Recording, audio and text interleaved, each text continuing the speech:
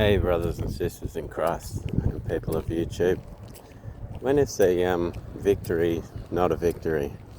Well, with a narcissist. I finally got my house back. I've got all access. It's all mine. But every day, I make sure I lock all the doors. And once I lock all the doors in the house, I've still got the deadbolt in my bedroom. And it's like I'm still locking that every night. It's like you're still like a prisoner in your own home, because you never know if this person's going to come back and do something nasty, because that's their MO. They love doing nasty things and bitter things, like leaving all their crap in your house. Like, oh yeah, do something with that, and they collect a lot of crap, like absolute crap. There's like pots and pans like everywhere, like literally just tons of them, more than a person could ever use, like more than a business would need. They're just really selfish people. And I was thinking back to one of the times the narcissist actually was so stupid, like ridiculously stupid. Like, when you have a relationship with a narcissist, like I bought the brawn, I bought the brains, and what did the narcissist bring? Well, she bought the cheating, she bought the lying, she bought the manipulation. Now, I went over to her Vietnamese friend's house for the one night, because she used to love making me go there, and she just loves them to bits, and we're just sitting out the back, and this guy's like, oh, I've got a fridge here, $200, still good. And I looked at it, and it was slightly bigger than the one we had, like literally just ever so slightly bigger. It was really old. It's been sitting outside for ages, covered in like dust, rust, crap. Like it had been out there for ages, and I'm just like, I think I got a fridge, but thank you. And so what does my ex do? She sees me disagreeing, and she's like, well, no, we're going to buy that. It seems like a good buy, So there goes 200 of my hard-earned dollars. Then I have to move this crappy fridge with this guy, and he just about falls over and kills himself at my house trying to get it in the door. And then we get it in, and I'm looking at it going, shit, it's dirtier than I thought it was. Like, it's completely covered in crud, and it looks like, think of the most filthiest person you know, and that's pretty much what the fridge was like. It was like something that you'd find at the tip, and you'd have to clean up afterwards. And so we spent 3 days cleaning it. By we, I mean both me and the narcissist had to clean this thing head to toe for 3 days just to get it semi-clean, right? And as soon as we moved this thing in the house, we started to have a mice problem, like literally straight away. And must have been at least 5 of them I had to bait and kill. And then when we went to use the fridge, it didn't work very well. Like, it would do its job, but it just didn't seem to be very cool. You couldn't really do much with it. And then within 6 months, the thing had died. Did I ever see any money returned for that? No. I not only did I not see any money returned for it, I was the one that had to take it down to the tip and get it thrown out. Like, I didn't get any help with that from the narcissist. I had to throw it out, and this joker that sold it to us was laughing because he got $200 for a fridge that didn't even work, like a piece of crap. And if I had a friend and I sold them something crap that died in 6 months, I would give them the money back. I'd just be like, fair's fair. I shouldn't have sold that. It was covered in crap. Like, they didn't even bother cleaning it. And this is how selfish these people are. Like, if you sell something, you should have it in the best condition possible. You should be cleaning it before you sell it. It shouldn't be up to the person that buys it off you to clean up your crap. But this Vietnamese couple were a couple of narcissists themselves. Like, everything's transactional with them. And it's like, I've got all this furniture in my house that the narc hasn't come to pick up.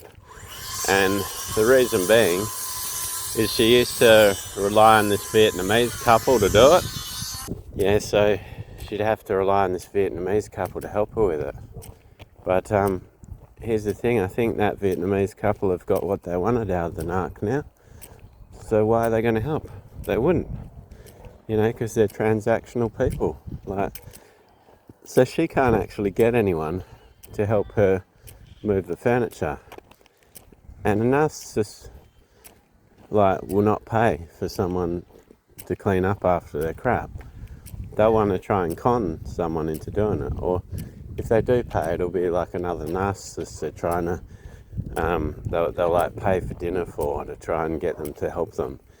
But here's the thing, why pay for that when you, why not pay for that to move out when you can pay $200 for a piece of shit fridge?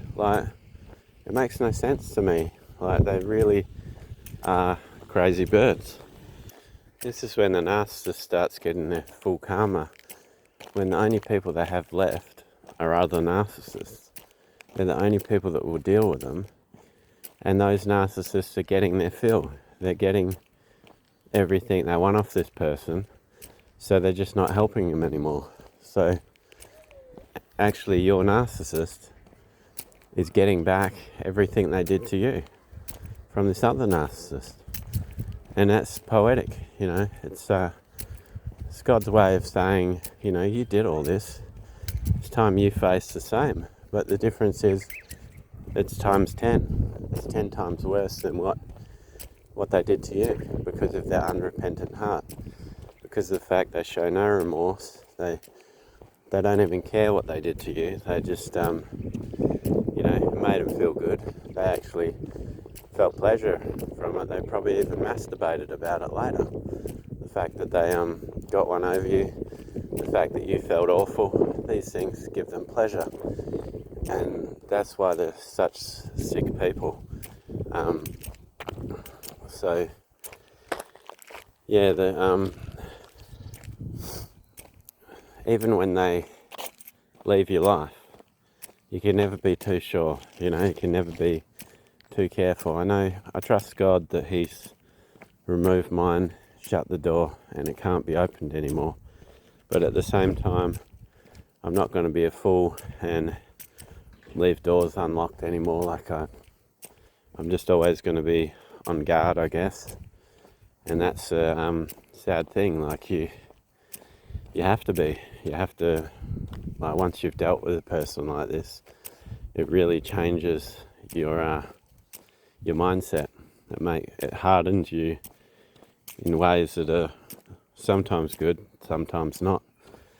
But other than moving a far way away, I don't see any other option. And these people, they'll go out of their way to slander you until people stop listening. But for me, staying in place is almost like their karma as well, because then they get to see me rise and my life improve while theirs is going downhill. Plus, I just don't feel like I should have to move. I literally have done so much moving for that narcissist. I'm all moved out. I don't want to do it again.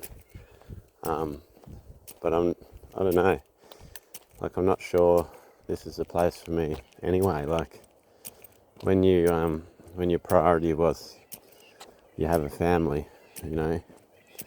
You serve God, you have a family, but and then you don't have a family. It's like so many opportunities like are there for you to do so many things, to go so many places, where before you didn't have those options because those people were holding you back, and now you don't have that problem. Like,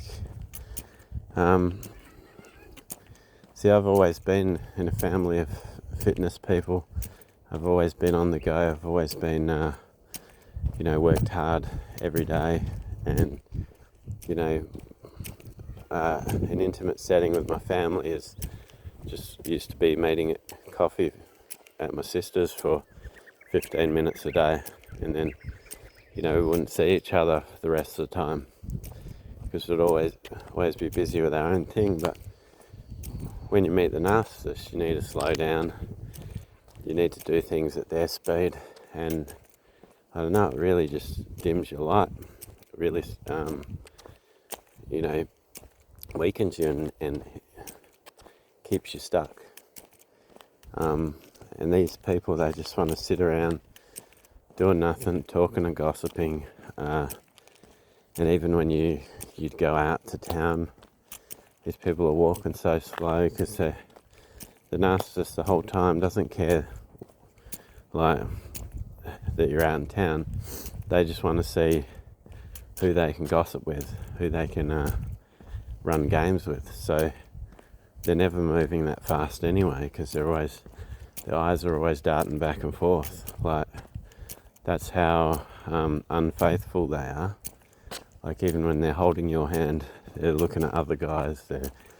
They're always thinking, who can I run game on? Who can I say that my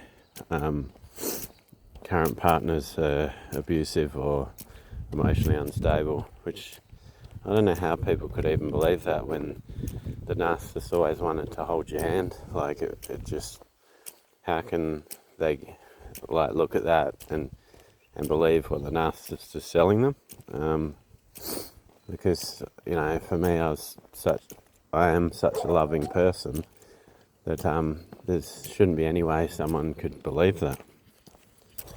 It's funny looking back how you provided all the emotional support for the narcissist, all the physical support, everything they needed, and they never trusted you, and yet they're around these people that cheat them on a daily basis, like cheating someone out of $200 for your old crappy fridge that you should have thrown straight in the bin. That's just really nasty. And these people as well, who they rely on to move out of your house, and instead of making it really easy and getting it done in 1 or 2 days with the narcissist, they think, hey, I'm just gonna do one ute run for you, charge you for it, make you have to go to dinner parties, make you have to jump through hoops, and then maybe a week later I'll come and do another one. Like, my dad at the same age as these people, he would move a person out of their whole house. Like, he'd get all their furniture out in a day, and and that's coming close to 70 years of age. I mean, that's just goes to show you a person of character can get a lot more done. It's really ridiculous, like, how long it takes them to do things, but the narcissists on their own cannot do anything. They always need other people helping them, and yet the people that have helped them, being other narcissists, they're just getting sick of the narcissists. They're like, we don't actually want to do physical work, we don't want to we don't want to do hard work, pay us some money and then we'll think about it. Like, I caught on to these people pretty early on that they were bad news. They were always asking for money for things, and it doesn't matter if you say, oh, someone does something cheap for you, they're this or they're that. The fact that they want to charge you for things all the time should tell you something. about them. And being of a pensioner age, I can understand them being desperate enough to want to charge for services. But when you're charging and cheating people out of hard-earned dollars for stuff that doesn't work, or barely works, you should be rethinking your life, because God's going to hold you accountable for that when your time's up. And it doesn't matter if you're a religious person, if you're not behaving right before the sight of God, you're gonna meet him, and he's basically going to say, "I do not know you," and then you're going to go down to the lake of fire.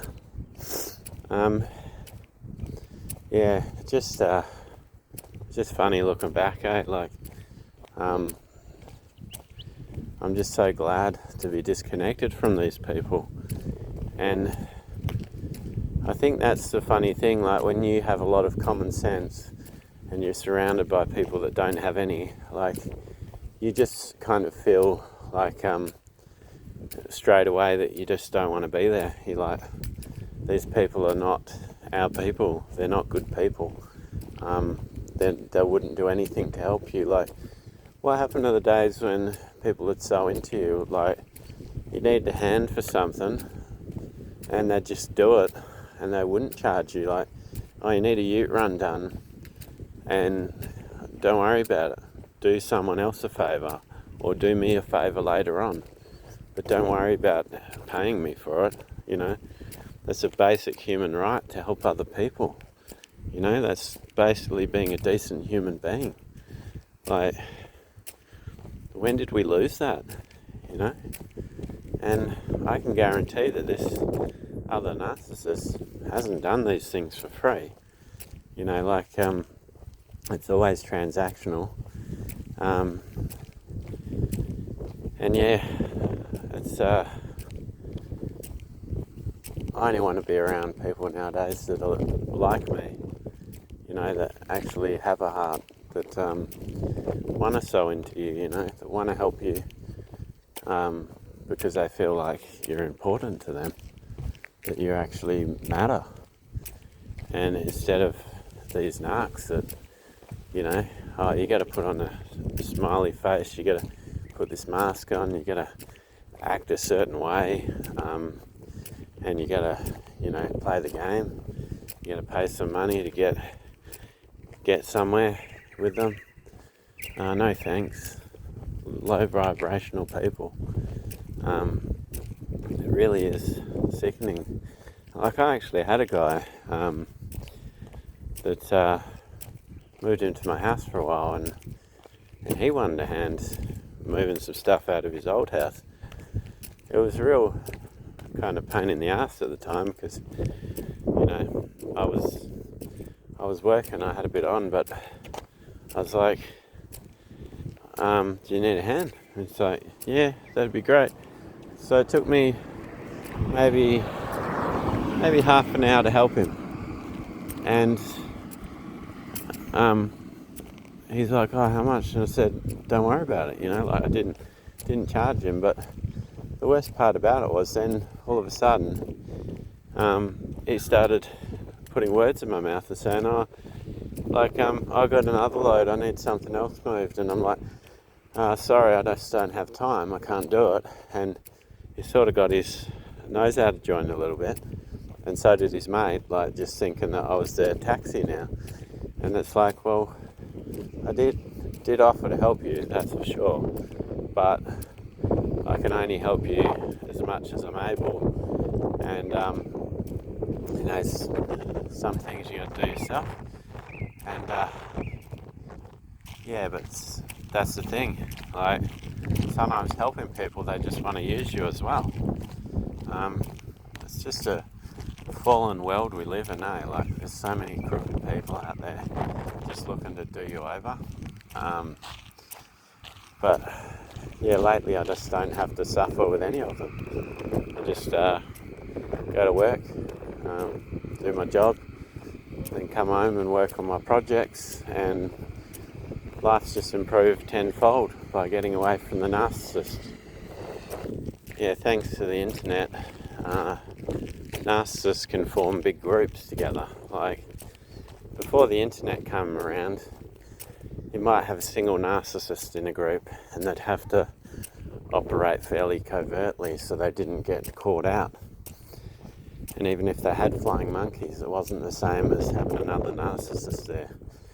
But when they join these big chat groups and they form packs to destroy you, like, that's when they meet their other narcissistic friends. And my ex-narc had so many narcissistic friends, and see, the difference between a flying monkey and a narcissist friend is a narcissist friend will always take the narcissist back as far as they'll always deal with them.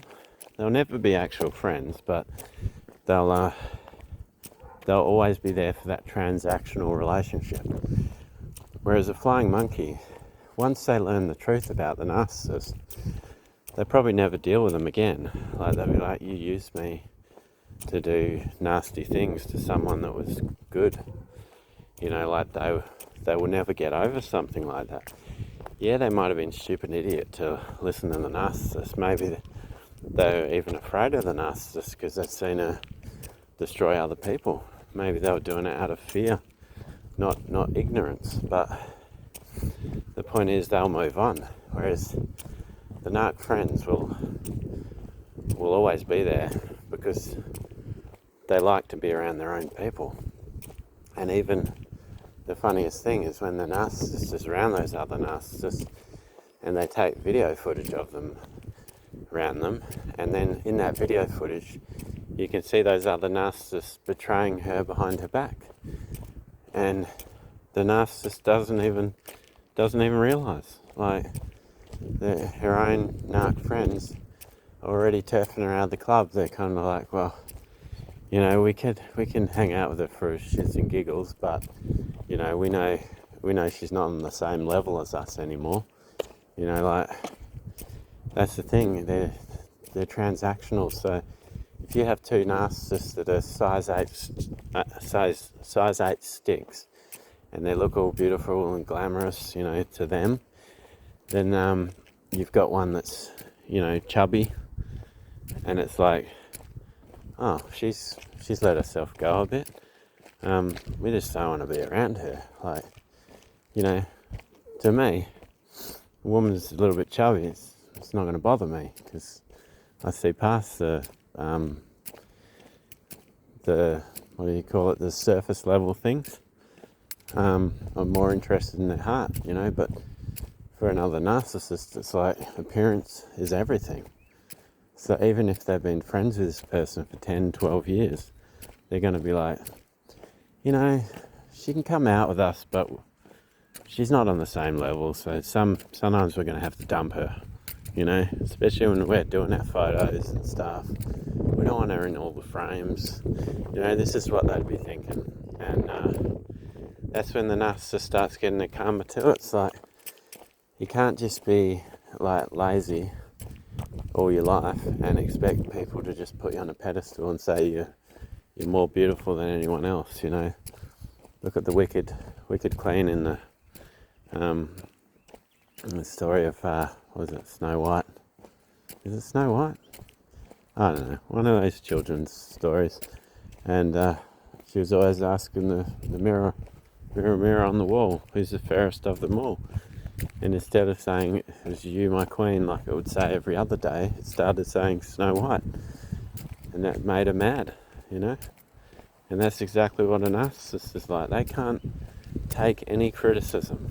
Their ego is so fragile. Anyway, God bless all of you. Remember, Jesus loves you. I love you. And have a blessed day in Jesus' name.